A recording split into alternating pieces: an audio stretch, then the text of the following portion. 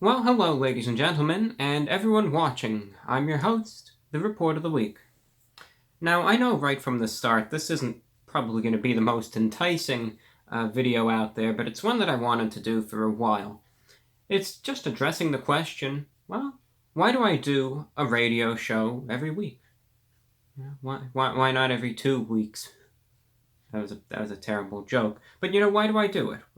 Sometimes you might see in a lot of my videos nowadays, I'll promote the show. I'll say, check out the VORW radio show here, or listen on this or that or the other thing. And maybe you listen. Maybe you're a regular listener. You check it out. Maybe you say, I can't stand when he does that. I want to claw up the walls whenever he even mentions the name of that show or whatever. Maybe you didn't even know about it, and that's completely fine. I just wanted to talk about it for a video and just share my thoughts on it anyway. Number one, what is my radio show exactly? Well, it's a broadcast that I do every week. It is broadcast every Thursday, and then there are repeat airings every Saturday and Sunday. It's a show, it's called VORW, Radio International. It's also just known as Voice of the Report of the Week. And it's an hour-long broadcast which features my miscellaneous talk and commentary, and then I'll play some listener-requested music. It's an hour-long program, though, and in it, it's not a religious show, it's not a political show. It's a show where, I'll just go on. I'll get on the microphone, usually at the beginning. I'll talk about whatever's going on. Sometimes I'll address questions from listeners. I'll talk about philosophical stuff. Sometimes I'll try to be motivational, and I emphasize the word try. But I'll just address topics that I wouldn't normally talk about on the YouTube. Sometimes I'll cover current events and I'll give my thoughts on them. Sometimes I really won't have a lot to say, but it's miscellaneous talk and discussion for maybe the first 20-25 minutes. And then after that, I'll just play some listener requests, give information about the music as well. I try to make it a musical appreciation hour and try to expose people to more genres and songs, and I try to give some background info on the music. And then I'll just try to shout out whoever happens to be listening in. And that's what it ends up being. So I always try to define it as a light entertainment program because that's what I think, genre-wise, it really fills in best. So that's what the show is. All right, well, we know what it is. How exactly do you broadcast it? I'm just going to get through like the who, what, when, where, why, how type of deal with this. Well, how do I get the show broadcasted? Well, it's a radio show. And I have it broadcast via multiple means. Of course, online you could find it on SoundCloud. I think that's probably the easiest way for a lot of people to find it. You could just find it and you could listen on demand on SoundCloud, soundcloud.com/VORW_radio_INT. You could listen in on TuneIn via some of the radio stations that carry it, and also on the TuneIn app. But the primary way that I broadcast this show is via shortwave radio. Now, I can go on and on and on and on about shortwave radio, so I'm going to keep it short. No pun intended there. But shortwave radio, it's a broadcast medium that is similar to AM radio, except the signals can travel extremely far.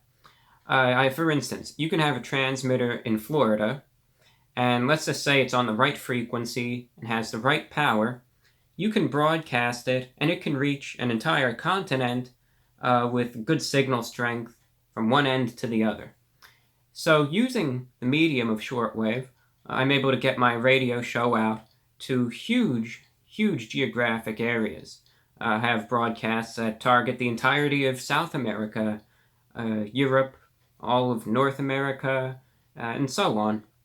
And shortwave radio in North America, Western Europe, it may not be the most widely used medium, but just looking at it by the numbers. For instance, if a broadcast of mine can target potentially 300 million people, let's say it's able to come in pretty good signal coast to coast across the entire US, it can theoretically reach over 300 million people.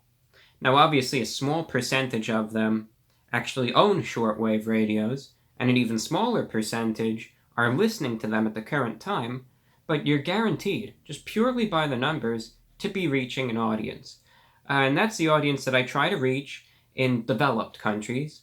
But in developing nations, because of the distance aspect, shortwave radio is still primarily even used by many individuals to get news, information, and entertainment.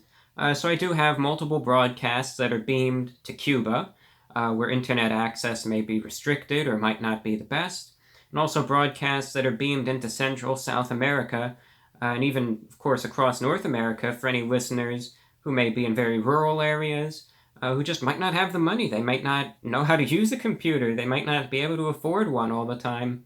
Everyone's lifestyle, conditions, where you live, it varies so much from place to place and even person to person.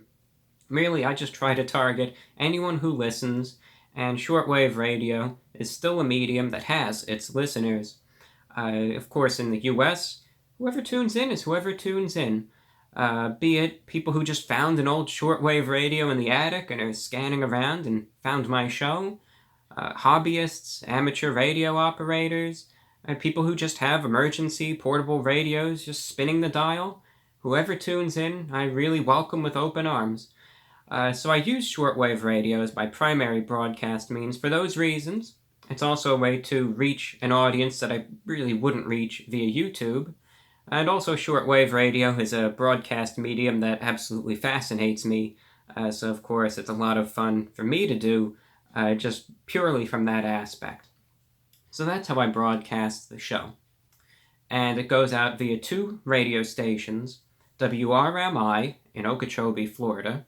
They have a dozen 100 kilowatt transmitters, lots of huge antennas, and that's where most of my broadcasts are sent out of, as well as the tune-in streams. Also, I use radio station WWCR in Nashville, Tennessee, and they have a good signal. I only use them for one broadcast because their airtime is very expensive, but they get a good signal out to a lot of North America, and their signal makes it even over to the Middle East as well.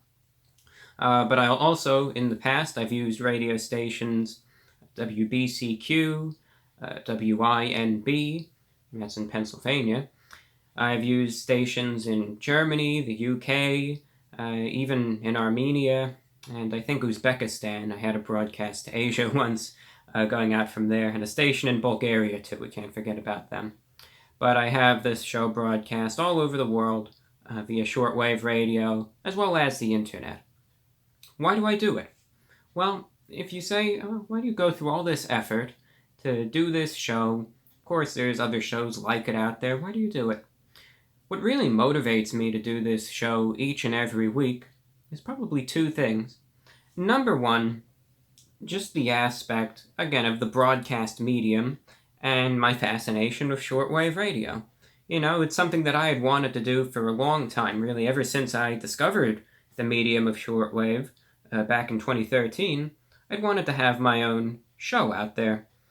And being able to purchase airtime from these brokered stations and finally do it, it's really been a dream of mine. So to be able to fulfill that, that's one reason that drives this show. But the second and most important reason that I do this show each and every week is the listeners. It does have a good deal of people who tune in, of all backgrounds, all over the world, of all backgrounds. You have people who are living in war-torn areas that listen on their shortwave radios. You have people who are students. You have people who are doctors, police officers, in the military, everyone in between. A wide range of listeners, and the correspondence that comes in every week is really what motivates me the most to do this show. I just share my thoughts and play some music, but a lot of people, perhaps it provides that entertainment. It fills a niche that a lot of people really didn't know needed to be filled. A lot of people, they say, it really helps with their anxieties. It covers issues and topics that some people struggle with. Some people, it's just something that comforts a lot of people, I suppose. Helps a lot of individuals out. And when I see those messages, sometimes I can't believe it. I say, well, how can this show do that? It puzzles me sometimes. But I see those messages, and that's what inspires me to keep doing this each and every week. So it's really the correspondence and the impact that this show has, large or small, As long as it's impacting even one person out there, that's really good enough to justify it, in my opinion, to keep it going. But that's what keeps me motivated and gives me that morale to keep doing it each and every week.